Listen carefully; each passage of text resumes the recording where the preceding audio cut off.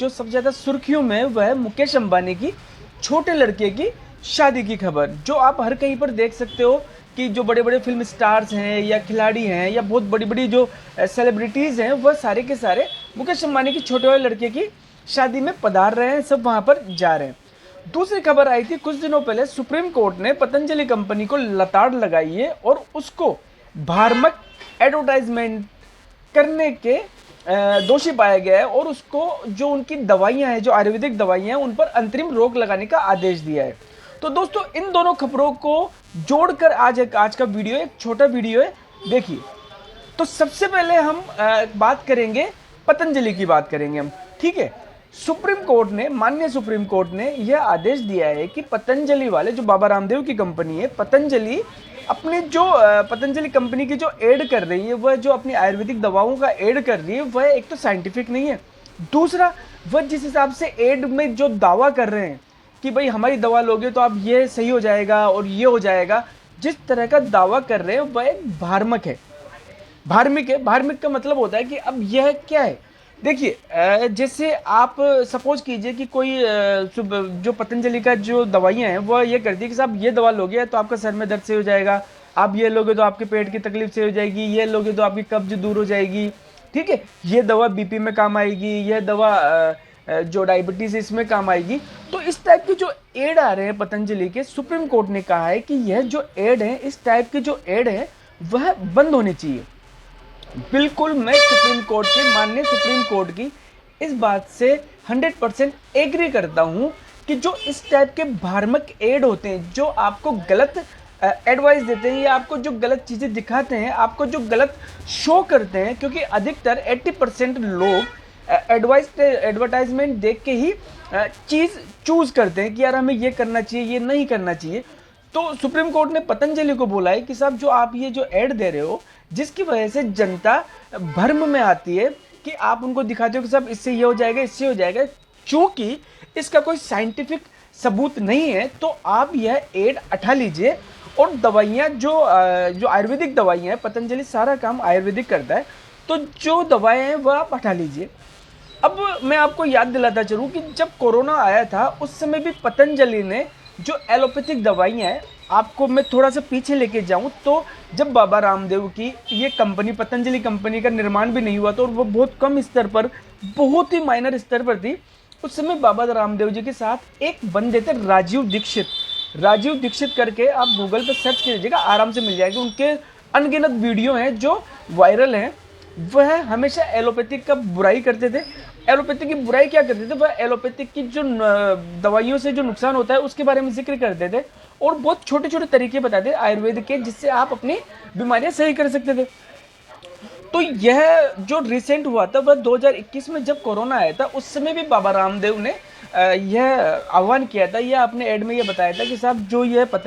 Corona है, इसकी रोकथाम के लिए आप आयुर्वेदिक चीज़ों का ये मिश्रण करके काढ़ा करके ले सकते हो, आप इससे भी ये कोरोना सही कर सकते हो, और काफ़ी ये चीज़ें चली भी थी।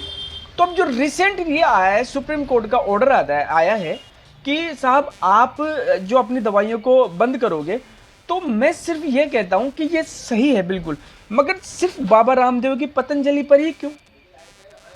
आप देखिए मेरी स्क्रीन पर मैं कई वीडियो चला रहा हूँ, आपको एक कोल्ड ड्रिंक का एड आता है जिसके अंदर वो पीते ही हमारे भाई साहब जो हीरो हैं वह एक पहाड़ से दूसरे पहाड़ पर बाइक कुदा लेते हैं। अगर उस एड से इंस्पायर होकर कोई अगर बाइक कुदा और मर जाएगा तो कौन जिम्मेदार? एक ऐसे ही कोल्ड ड्रिंक का एड आता है कि वो पीते ही वो चार्ज होता है, उसके अंदर करंट आ जाते हैं और वो बहुत ज़्यादा मूविंग करने लग जाता है। ये जो एड आ रहे हैं, और एक एड ने तो हद कर दी। वो एक लड़की बाइक पर बैठ के आती है और वो उसका कोई बुड्ढे के साथ होती है, वो नैतिकता की, तो इसमें शर्म के मारे मतलब आप देखिए नैतिकता का तो पतन हो चुका है कि वो लड़की एक बुड्ढे के साथ बाइक पर बैठ के आती है, तो उसके दोस्त बैठे होते हैं, तो वो कहते हैं कि यार वो तेरा पिता होगा, तो वो बोलने वाली होती है, मगर वो रुक जाती है। फिर वो पानी पीती है एक, ठीक है, जैसे जो मिनरल वाटर होता है, वो पानी पीती है, फिर उसमें अचानक ताकत आ जाए, बोलती है कि नहीं यार ये तो मेरा हॉट बॉयफ्रेंड है। तो सिर्फ यही चीजें हैं, ये जो लोग, जो ये हीरो या सेलिब्रिटीज हैं या फिल्मों के जो एक्टर हैं, ये जो क्रिकेटर्स हैं, ये जो गुटखे के ऐड कर रहे हैं, वो दाने दाने में केसर का दम, ये क्या है? और ये जितने भी ये जो वॉशिंग मशीन के जो वॉशिंग पाउडर के जो ऐड आते हैं, साबुन के ऐड आते हैं, वो एक क्रीम हज़ारों कई सालों से वो दावा करती आ रही है कि साहब इसको लगाओगे तो गोरा हो जाएगा। लोग बाग 20-25 साल से लगा रहे हैं, अभी तक वैसा ही कलर है।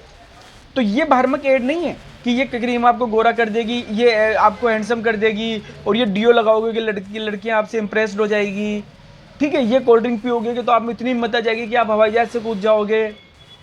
तो ये भ्रामक ऐड नहीं है। तो सिर्फ मेरा माननीय सुप्रीम कोर्ट से मेरा जो पर्सनल व्यू है वो यह है कि सारे जितनी भी कंपनियों के जितने भी भ्रामक ऐड हैं जो आपको बरगलाने के काम करते हैं, या जो आपको गलत संदेश देते हैं, जो आपको झूठा आश्वासन देते हैं, जो आपको झूठा संदेश देते हैं, चूंकि यह अपने ऐड के अंदर सेलिब्रिटीज को लेते हैं, फिल्म स्टार्स को लेते हैं, फिल्म क्रिकेटर्स को ले लेते हैं, स्पोर्ट्स प्लेयर को ले लेते हैं, तो जो देखने वालों को ये होता है कि यार ये कर रहा है तो हो सकता है सही हो। तो यह क्या चीटिंग नहीं है, यह भ्रामक ऐड नहीं है। तो सिर्फ अकेले पतंजलि के ऐड पर ही क्यों रोक लगाए? ऐसे सारे ऐडों को बंद करो। भाई मैं किसी के पक्ष में हूं ना विपक्ष में हूं, मैं एक इंडिपेंडेंट वीडियो बनाता हूं, ठीक है। तो इसमें जो मुझे सही लगता है मैं वही बोलता हूं।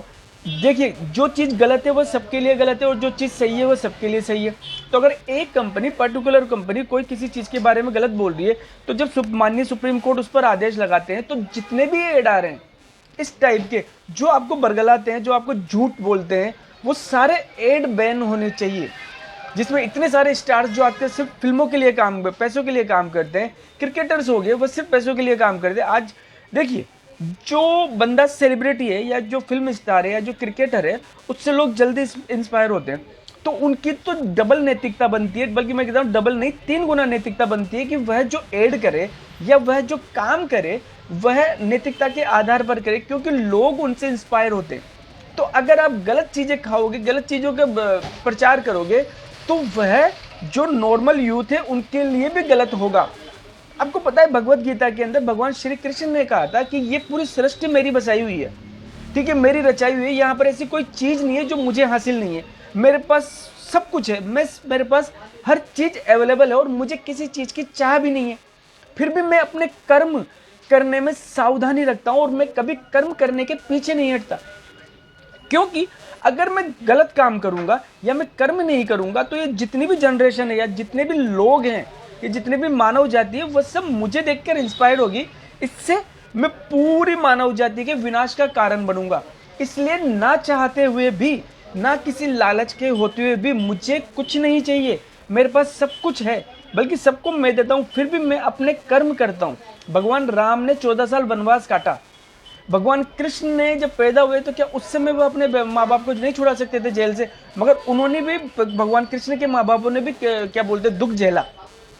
तो कर्म आप जो करते हो, जो खासकर जो सेलिब्रिटी हैं, जो फिल्म स्टार्स हैं, या जो क्रिकेटर्स हैं, या जो और भी जो स्पोर्ट्समैन हैं, इन लोगों के लिए तो यह ज़्यादा जरूरी हो जाता है कि वह अपने आप को बचा के रखे और ऐसे घटिया एड़ों से दूर रहे। इन मामलों में सिर्फ सचिन तेंदुलकर को एक कहता हूं कि जिन्होंने आज तक कोई भी जो नुकसानदायक जो चीज़ें प्रोडक्ट है उनका ऐड नहीं किया। अब इसी को आप जोड़ लीजिए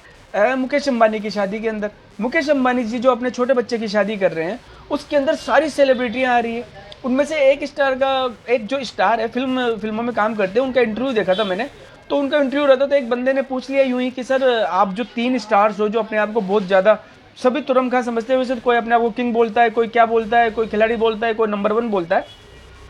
तो उससे पूछ लिया कि सर आप जो 3 एक्टर हो क्या वो किसी एक फिल्म में आ सकते हैं? तो उन्होंने बड़बोलापन दिखा के क्या बोला कि यार तेरे में अगर इतनी हिम्मत है तो तू क्या बोलता हमको ऑफर कर दे, तेरे चड्डी बनियान बिक जाएंगे। और वही 3 जने आज मुकेश अंबानी की बड़ लड़के की शादी में डांस कर रहे हैं। तो इन लोगों की क्या है, ये इनको सिर्फ पैसा चाहिए, पावर के आगे सब झुकते हैं। ये जितने भी लाइन से खड़े हुए, आज रिहाना को जो 70-75 करोड़ रुपए देके मुकेश अंबानी जी जो यहाँ पर अपने बेटी की शादी में नचवा रहे हैं, तो इन लोगों की क्या औकात है? ये जो एक्ट्रेस हैं, फिल्मों में काम करते हैं, इनकी कोई औकात नहीं है। इनको आप पैसा दीजिए, आप इनको पैसा देके अपने घर पे बुला के नचवाइए आप इनसे। तो जो आम जनता है, मैं सिर्फ उनसे यही कहना चाहता हूं कि जो लोग पैसों के लिए अपने आप को बेचते हैं, जो लोग पैसों के लिए कुछ भी करते हैं,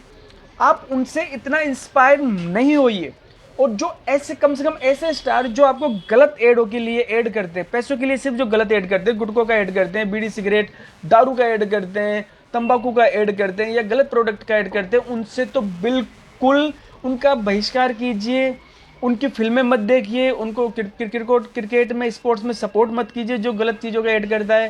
तो ये चीज़ें सिर्फ और सिर्फ पैसों के लिए ही काम करते हैं, तो अपना ख्याल रखिए, ध्यान रखिए, क्योंकि